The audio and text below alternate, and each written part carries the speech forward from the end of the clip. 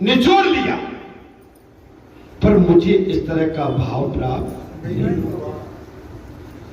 मैं ऐसी ब्रह्म दृष्टि वाले नंद जी को क्या दे दूंगा? उद्धव पागल हो गया ये। जहां चितवाऊं तहां प्रभु आसीना, जहां चितवाऊं तहां प्रभु आसीना। उद्धव जी की दृष्टि ऐसी हो गई है, बोले जहां भी देखते हैं भगवान कन्हैया दिखाई पड़ते हैं।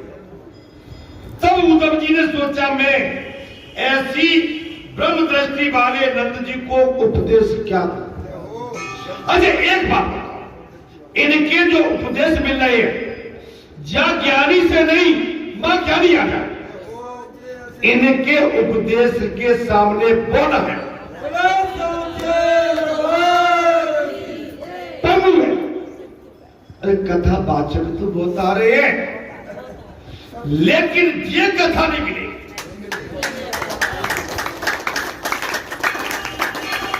इतनी विस्तार से कथा नहीं मिल पाई। उन्होंने नंद जी से कहा बाबा धन्य है आप, आपका जीवन आज सफल हो गया। अब उद्धव जी ने कह दिया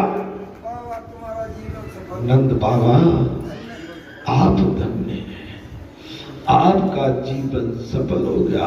आपने भगवान कृष्ण को अपना बेटा स्वीकार करके और भगवान के प्रति आपने जो भाव प्रकट किया है, आप धन्य हैं। आप कृष्णमय हो चुके,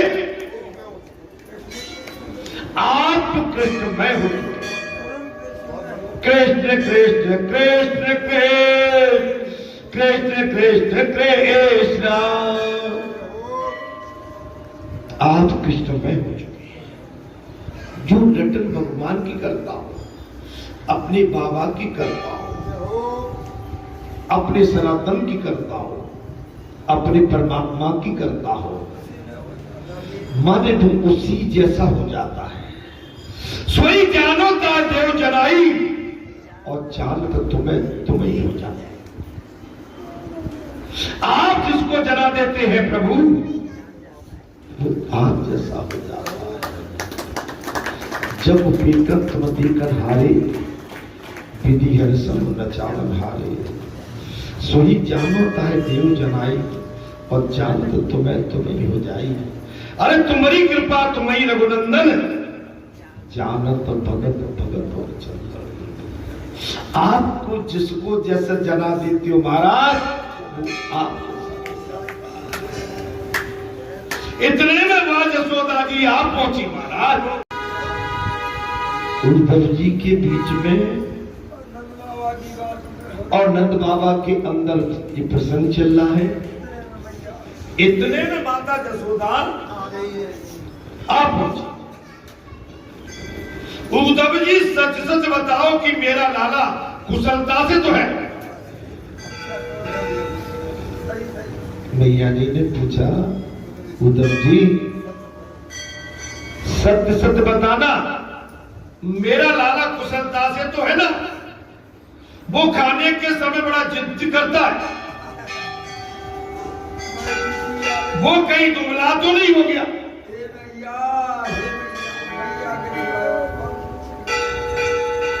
वो कहीं दुबला तो नहीं हो? क्या वो आनंद में तो है? कभी वो मुझे याद करता है क्या? और वहां उसे कौन मनाता होगा? गोकुल में था तब तो वो मेरे आंसू देख नहीं सकता था, वो मुझे मना लेता था। जब मैं यमुना जी जाती तो उसका श्याम रंग कन्हैया की याद दिलाती, और मैं यमुना जी में जाती हूँ तो जमुना जी का रंग श्याम है, उसकी याद दिला देता है। मुझे लगता है कि अभी वो जमुना जी के जल से बाहर निकलकर मेरी गोद में आ बैठा। माता यशोदा भाव इसी तरह से प्रकट करने लगी हैं। बोले जमुना जी में से निकलकर मेरी गोद में आके बैठ गया है। उद्धव जी उससे पूछना कि उसकी माता ने ऐसा कौन सा अपराध किया है कि वो यहाँ आने का नाम तक नहीं ले रहा। उद्धव जी मथुरा में जाके मेरे लाला कन्हैया से पूछना कि मैंने ऐसा कौन सा अपराध किया है कि वहां से आने का यहां तक नाम नहीं ले रहा है। मैंने उसे एक बार मूसल के साथ बांधा था, मेरा ये अपराध है। उद्धव एक बार की बात है, बालपन में मैंने उसे मूसल से बांधा था, इसलिए तो नहीं उठ गया मुझसे वो। देखिए भाव भगवान के लिए, इसलिए मुझसे नाराज तो नहीं किया। वो कभी मुझे याद करता है क्या? मैं उसकी माता तो हूं ना उद्धव जी। वो मुझे कभी याद करता है क्या? मैं उसकी माता हूं ना। अच्छा उसकी माता तो देवकी है, मैं उसकी माता कहां?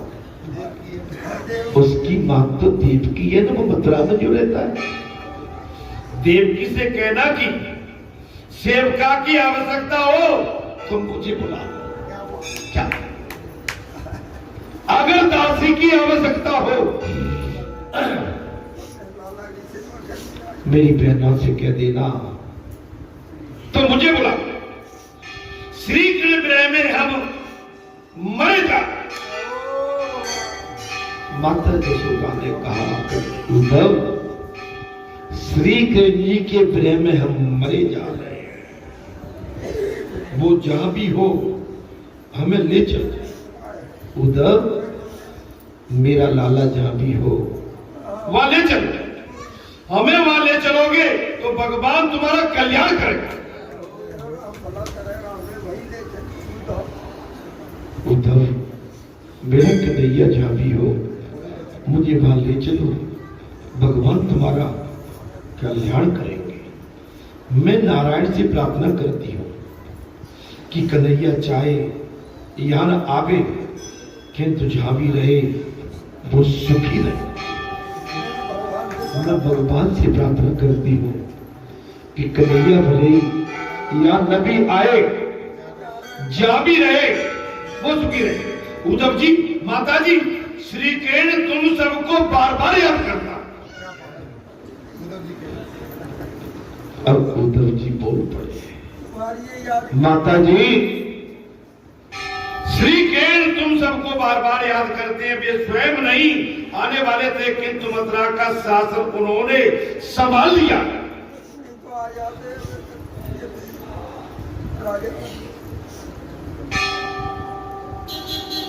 वे स्वयं नहीं आने वाले थे किंतु मथुरा का शासन उन्होंने संभाला है, सो उन्हें अवकाश नहीं मिलता, सो उन्हें अवकाश नहीं। मुझसे कहा मैं मथुरा में जाकर इस कारोबार में डूब गया।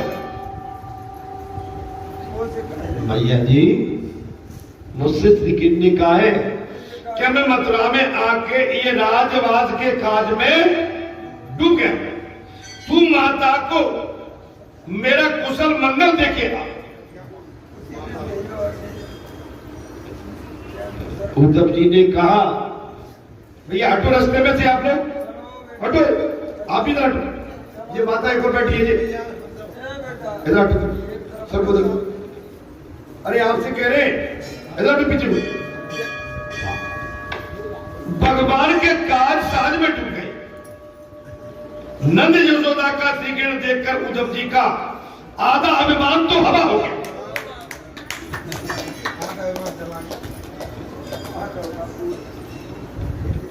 अभिमानी आदमी कभी महाराज सच्चाई के सामने ठहर नहीं सकता। अभिमानी आदमी सच्चाई के सामने ठहर नहीं सकता, क्योंकि सच्चाई बहुत कड़वी होती है और इस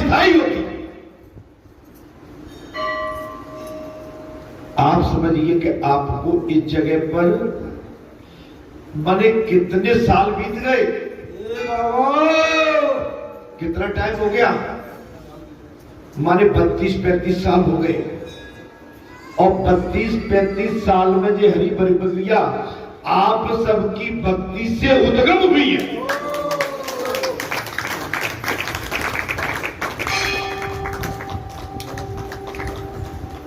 और आपकी सच्चाई के सामने या कोई टिक नहीं पाए।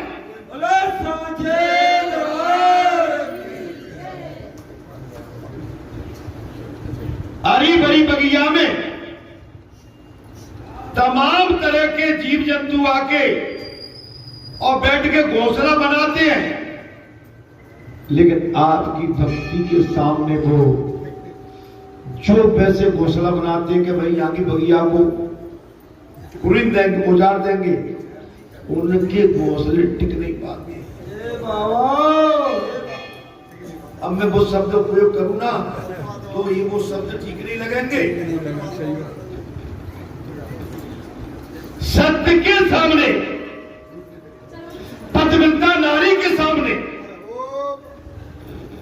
और सत्य पर चलने वाले पुरुष के सामने बड़े महारथी भी दिख जाते हैं।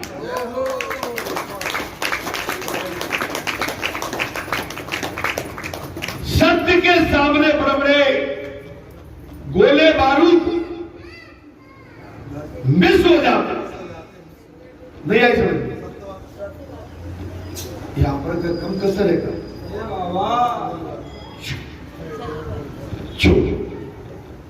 अरे ये 3 लोग का नाथ बैठा है, इसके सामने अरे ये चतुरों का भी चतुर है।